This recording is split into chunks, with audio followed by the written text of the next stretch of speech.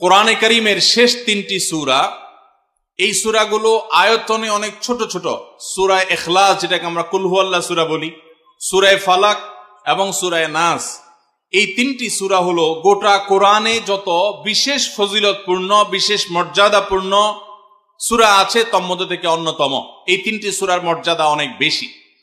আমি শুধুমাত্র এই তিনটি সূরা সম্পর্কে সংক্ষেপে ফজিলত এবং মর্যাদা এবং কখন কখন আমাদের পাঠ করার নির্দেশ আল্লাহ তাআলা দিয়েছেন, কেন দিয়েছেন সে বিষয়ে কথা বলার পর এই সূরাগুলোর প্রত্যেকটি সংক্ষিপ্ত ব্যাখ্যা অনুবাদে আমরা চলে যাব ইনশাআল্লাহ তাআলা। সময়ত উপস্থিতি, সূরা ইখলাস, সূরা ফালাক, সূরা নাস, সূরা কুল হুয়াল্লাহ, সূরা কুল আউযু বিরাব্বিল ফালাক, সূরা কুল আউযু বিরাব্বিন নাস, এগুলা যার যার মুখস্থ আছে একটু হাত তোলেন সবাই। মাশাআল্লাহ, তার মানে আমাদের সবার মুখস্থ আছে। হাত নামায়েন না, হাত উঠায় রাখেন। আল্লাহ আপনি আমাদের সবাইকে এই তিন সূরার সারমর্ম, এর মর্যাদা, এর ফজিলত, এর নির্দেশ, এর বার্তা, এটা আমাদের সবাইকে গ্রহণ করার, অনুধাবন করার, উপলব্ধি করার, মেনে চলার তৌফিক দান করুন। এবার হাত নামান। সময়ত ভাইরা আমার, কোরআনে কারীমের এই শেষের তিনটা সূরা এমন তিনটা সূরা যে আমাদের প্রিয় নবী সাল্লাল্লাহু আলাইহি সাল্লাম সারা দিনে সবচাইতে বেশি সংখ্যক বার যেই সূরাগুলোকে ওয়াজিফা হিসাবে, আমল হিসাবে পড়ার নির্দেশ দিয়েছেন কোরআনে কারীমের, সেই সূরাগুলো হলো এই তিনটা সূরা। এই তিনটা সূরা দিনে এবং রাতে যত বেশি সংখ্যক বার পাঠ করতে হয়, অন্য কোন সূরা, এমনকি অন্য কোন দোয়া এত বেশি সংখ্যক বার পাঠের নির্দেশ কোরআনে অথবা হাদিসে কোথাও দেওয়া হয় নাই। তাহলে এই তিনটা সূরার মর্যাদা, এর কি মর্তবা, এর কি বৈশিষ্ট্য, এর কি মাহাত্ম্য আছে সেটা বুঝবার জন্য আর কিছুর প্রয়োজন নাই। এই একটি কথা যথেষ্ট যে দিন এবং রাত 24 ঘন্টার ভেতরে কোরআনে কারীমের এই শেষ তিনটা সূরা, সূরা ইখলাস, সূরা ফালাক, সূরা নাস, এগুলোকে যত বেশি সংখ্যক বার নবী সাল্লাল্লাহু আলাইহি সাল্লাম পড়ার নির্দেশ দিয়েছেন, তিনি নিজে পাঠ করতেন, এত বেশি সংখ্যক বার অন্য আর কোন দোয়া, আর কোন সূরা, আর কোন আয়াত, আর কোনো কিছু পাঠ করার নির্দেশ আমাদেরকে কোরআন হাদিস দেয় নাই। এখান থেকে এই তিনটার সূরা যে আল্লাহর কাছে কত গুরুত্বপূর্ণ, নবী সাল্লাল্লাহু আলাইহি সাল্লামের কাছে কত গুরুত্বপূর্ণ, যে রিপিটেডলি এত বেশি সংখ্যক বার পাঠ করার নির্দেশ দেওয়া হয়েছে, এটা পরিষ্কারভাবে বোঝা যায় কি যায় না বলেন? সময়ত ভাইরা আমার, সূরা ইখলাস, সূরা ফালাক, সূরা নাস, এই তিন সূরা দিন এবং রাত সব মিলিয়ে আমাদের প্রিয় নবী সাল্লাল্লাহু আলাইহি ওয়াসাল্লাম তিন জায়গায়, তিনি তিন সময় এই সূরাগুলো পাঠ করতেন। একটা হলো সকাল এবং সন্ধ্যায়।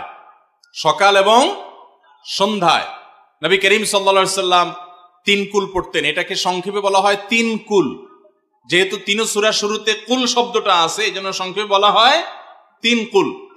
এই তিন কুল, ইখলাস, ফালাক, নাস, এই শেষের তিনটা সূরা কোরআনের, এই তিনটা সূরাকে আমাদের প্রিয় নবী সাল্লাল্লাহু আলাইহি ওয়াসাল্লাম সকাল সন্ধ্যায় পড়তেন। একটা টাইম পাইলাম, কোন টাইমে পড়তেন? সকাল এবং সন্ধ্যায়। সকাল এবং সন্ধ্যার পাশাপাশি তিনি রাতে ঘুমানোর আগে আবার পড়তেন। তাহলে দুইটা টাইম পাইলাম। আরেকটা টাইম হলো 5 ওয়াক্ত নামাজের পরেও তিনি পাঠ করতেন। তাহলে কয় টাইম হলো? 3 টাইম। 3 কুল পড়তে হয় প্রতিদিন, রাত পুরা 24 ঘন্টার মধ্যে কয় টাইম? 3 কুল 3 সময়ে পড়তে হয়। সকাল এবং সন্ধ্যা এবং রাত এই সময়গুলোতে পড়তে হয় প্রত্যেকটা 3 বার করে। 3 বার পড়লে কি লাভ হয়? নবী করিম সাল্লাল্লাহু আলাইহি ওয়াসাল্লামের পরিষ্কার হাদিস রয়েছে, যদি কেউ সকালে 3 কুল 3 বার করে পাঠ করে, সূরা ইখলাস 3 বার, সূরা ফালাক 3 বার, সূরা নাস 3 বার যদি কেউ পাঠ করে, সন্ধ্যার আগ পর্যন্ত সারা দিনের জন্য ওই পাঠকারী ব্যক্তি আল্লাহ তাআলার জিম্মায়, আল্লাহর হেফাজতে, আল্লাহর নিরাপত্তায় সে চলে যায়।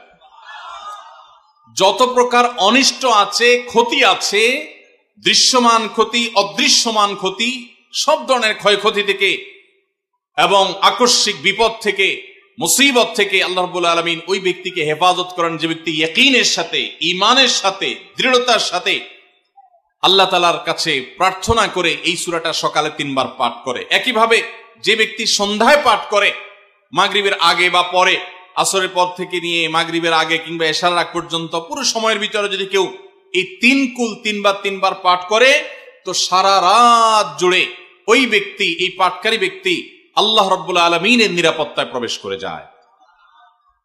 একইভাবে আমাদের প্রিয় নবী সাল্লাল্লাহু আলাইহি সাল্লাম প্রত্যেক 5 ওয়াক্ত নামাজের প্রত্যেক ওয়াক্তের পর এই 3 কুল পাঠ করতেন একবার।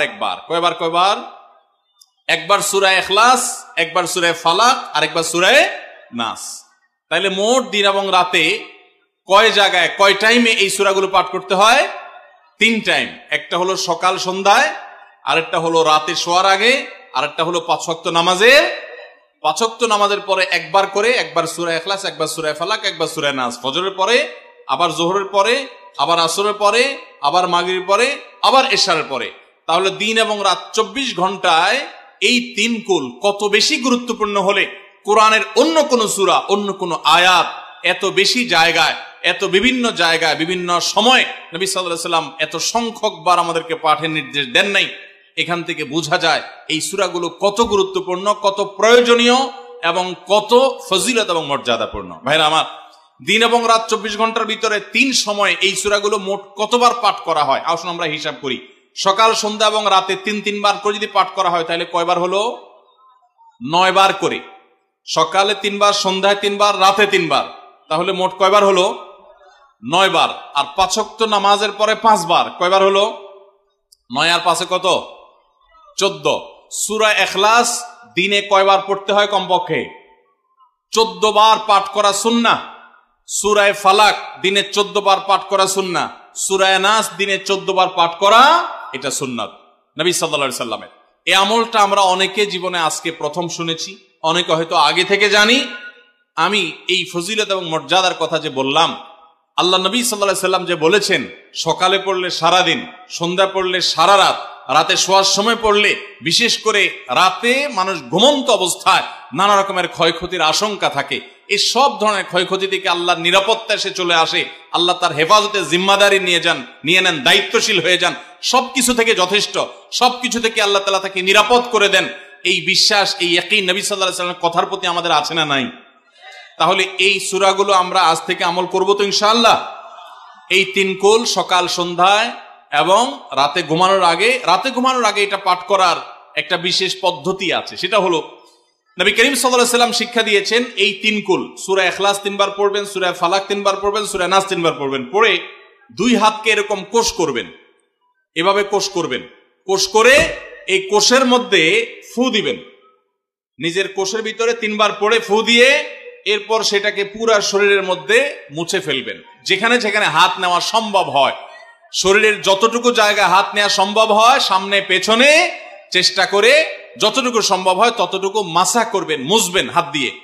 এর মাধ্যমে আল্লাহ তাআলা আপনাকে হেফাজত করবেন। ছোট ছোট বাচ্চা যারা আছে, দুধের শিশু, 2 বছর, 4 বছর, 6 বছর, যারা পড়তে পারে না এখনো বা মুখস্থ নাই, সেই বাচ্চাদেরকে মা বাবা বা তাদের কাছের কোনো লোকজন তারা পড়ে 3 বার ফু দিবেন। আবার 3 বার পড়ে নিজের ছেলে মেয়ের সবার শরীরে ফু দিয়েন না, প্রত্যেকের জন্য 3 বার। আপনারটা আপনি করবেন, বাচ্চাটা বাচ্চাকে করে দিবেন। এই আমলগুলো আল্লাহ তাআলা আমাকে যেদিন জানার তৌফিক দিয়েছে, আপনাদের উৎসাহের জন্য বলি, সারাদিনে আর কোনো আমল করতে পারি আর না পারি, নফল আমল হিসাবে এই আমলটা সজ্ঞানে, বিশেষ কোনো বিপদ আপদ মুসিবত না হলে আমি আলহামদুলিল্লাহ এই আমলটা কখনো ছাড়ি না, প্রতিদিন করি আলহামদুলিল্লাহ। আজকেও শুরুতেও এই আমলটা আমি করে নিয়েছি। আপনারা সবাই আমলটা করবেন তো ইনশাআল্লাহ? কে কে নিয়ত করছেন আজ থেকে 3 কুল এই 3 টাইম জীবনে কখনো ছাড়বেন না? একটু দাঁড়ায় হাতটা তুলে আল্লাহকে দেখাই দেন। সবাই নিয়ত করছেন তো? আল্লাহ আমাদের সবার হাতগুলোকে কবুল আর মঞ্জুর করে নিন। আল্লাহ তাআলা আমাদের সকল ক্ষয়ক্ষতি থেকে হেফাজতের জন্য আল্লাহ একাই যথেষ্ট হয়ে যান। ভাইরা আমার, তাহলে 3 কুলের আমলটা করবো তো ইনশাআল্লাহ?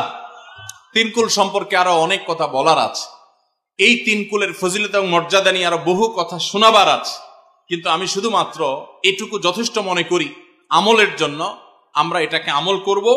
আমাদের সারা দিনে সারা রাতে কত রকমের বিপদ আপদের ভয় থাকে, আশঙ্কা থাকে।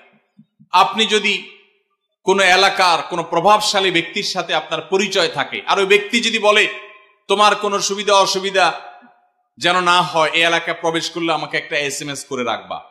ওই এলাকার থানা পর্যায়ে হলো ওসি সাহেব, জেলা পর্যায়ে হলে SP সাহেব, DC সাহেবের সাথে আপনার খুব হট লিঙ্ক, খুব ভালো সম্পর্ক, তিনি আপনাকে ভালো জানেন। আপনাকে বলে দিয়েছে তুমি সেখানে গেলে তুমি আমাকে শুধু SMS করবা, আপনি SMS করেছেন, তিনি রিপ্লাই দিয়ে বলেছেন ঠিক আছে তুমি এলাকায় ঢুকছো, আমি দেখতেছি, অসুবিধা নেই। ওই এলাকায় আপনাকে কেউ ডিস্টার্ব করলে, কেউ আপনার ক্ষতি করতে চাইলে, কোন অসুবিধা করতে চাইলে আপনার কোনো ভয় হবে? কারণ প্রশাসনের ব্যক্তিরা আপনাকে অভয় দিয়েছেন, তারা আপনার সাথে আছেন, তদারকি করছেন, আপনি নির্ভয় ফিল করবেন। প্রশাসনের ভাইদের হাতে সবকিছু নাই, সবকিছু আছে। তারা চাইলে সব ক্ষতি থেকে আপনাকে বাঁচাতে পারবেন? পারবেন না। হ্যাঁ, তারা চেষ্টা করবেন, এটা ঠিক। এইটুকুর কারণে যদি আপনার এত আস্থা তৈরি হয়, তো আরশে আজিমের মালিক স্বয়ং আহকামুল হাকিমিন আল্লাহ রাব্বুল আলামিন, যার হাতে মানুষের জীবন, যার হাতে মানুষের মৃত্যু, যার হাতে মানুষের সকল লাভ, সকল ক্ষতি, সকল কল্যাণ, সকল অকল্যাণ, সেই আরশের মালিক বলছেন তুমি সকাল এবং সন্ধ্যায়, রাতে শোয়ার সময় এই 3 কুলের আমল যদি তুমি করো, তো আল্লাহ রাব্বুল আলামিন স্বয়ং তোমার সব কিছু থেকে তোমার জন্য যথেষ্ট হয়ে যাবে। তোমার আর কোনো কিছুর প্রয়োজন হবে না। আল্লাহর কথার প্রতি যদি ইয়াকিন থাকে, নবী সাল্লাল্লাহু আলাইহি ওয়াসাল্লামের হাদিসের প্রতি যে বিশ্বাস থাকে যদি, তাহলে ইনশাআল্লাহ আজ থেকে আমরা কেউ, আমার পর্দা আলের মা বোনরা যারা শুনছেন, আমরা যারা শুনছি, আমরা কেউ এই আমলটা ছাড়বো না ইনশাআল্লাহ। সবাই আমল করবো তো ইনশাআল্লাহ?